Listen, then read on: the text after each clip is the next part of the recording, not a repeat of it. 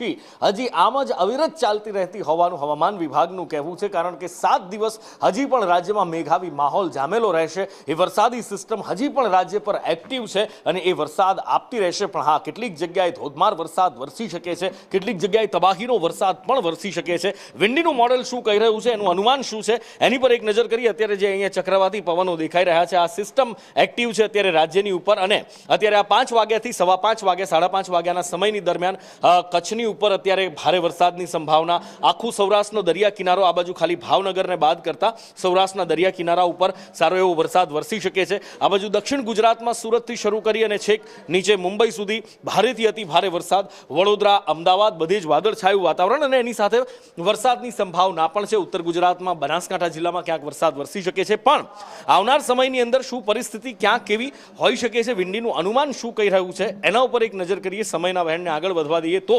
આગળ વધતા આજ સાંજ સુધીમાં દક્ષિણ ગુજરાતમાં સારો એવો વરસાદ વરસી શકે। પણ એની સાથે સાથે જુનાગઢ, ગીર સોમનાથ જિલ્લામાં આ બંને જગ્યાએ અતિ ભારે વરસાદ પણ ક્યાંક વરસે એવી શક્યતાઓ દેખાઈ રહી છે। કારણ કે આ જે સ્પોટ દેખાઈ રહ્યું છે, આ સ્પોટ જે અત્યારે દ્વારકાની અંદર આપણે જોયું છે, માંગરોળની અંદર જોયું, એવી જ હાલત આ સ્પોટ ફરી એકવાર કરી શકે છે એવી શક્યતા અત્યારે દેખાઈ રહી છે। ને એની સાથે ઘણા બધા રેડ સ્પોટ પણ આવતીકાલના દિવસ માટે પણ દેખાઈ રહ્યા છે, જેમાં દક્ષિણ ગુજરાતમાં વલસાડની આસપાસ દેખાઈ રહ્યું છે। મુંબઈની મુસીબતો હજી પણ ખતમ થતી નથી દેખાઈ રહી। આ બાજુ મુંબઈથી વલસાડથી શરૂ કરી છેક નાસિક અને માલેગાંવથી આ બાજુ મુંબઈ સુધી એ જ હાલત છે। નવી મુંબઈની પણ એવી જ હાલત થઈ શકે છે। એની સાથે સાથે અહીંયા દ્વારકામાં હજી પણ મુસીબત ખતમ નથી થઈ દક્ષિણ।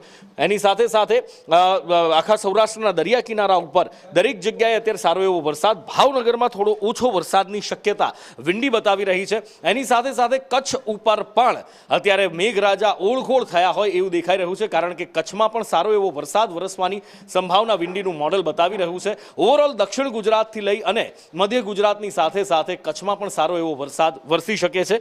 અને એની સાથે સાથે આજે લખપતમાં જોરદાર વરસાદ વરસ્યો અને લખપતના કેટલાક ગામડા પાણી થઈ ગયા હતા। અલ્પેશ પાસેથી જાણીએ। અલ્પેશ, કચ્છમાં પણ નુપુર મેઘરાજા મન મૂકીને વરસી રહ્યા છે। લખપત, અબડાસા, નખત્રાણા વિસ્તારની અંદર મેઘરાજાનું આગમન થયું છે। જે રીતે વરસાદ પડ્યો છે તેના કારણે રસ્તા પર પાણી ફરી વળ્યા છે। તો ભુજમાં પણ ધોધમાર વરસાદ પડ્યો હતો, જેના કારણે અસહ્ય ગરમીથી હાલ લોકોને રાહત મળી છે। માંડવીમાં પણ મેઘરાજાનું આગમન થયું છે। જે રીતે વરસાદ પડ્યો છે તેને લઈને ખેડૂતોમાં પણ ખુશીનો માહોલ છે। લાંબા સમય બાદ કચ્છમાં મેઘરાજાનું આગમન થયું છે। 1.5 મહિનાના વિરામ બાદ વરસાદ પડતા કંઈક ને કંઈક ખેડૂતોમાં પણ ખુશીનો માહોલ છે। હજુ પણ વરસાદની શક્યતા છે। આવતીકાલે પણ ભારેથી અતિ ભારે વરસાદની શક્યતાને લઈને તંત્ર પણ એલર્ટ મોડમાં જોવા મળી રહ્યું છે। તંત્ર એલર્ટ છે કચ્છમાં અને લાંબા વિરામ પછી લખપતની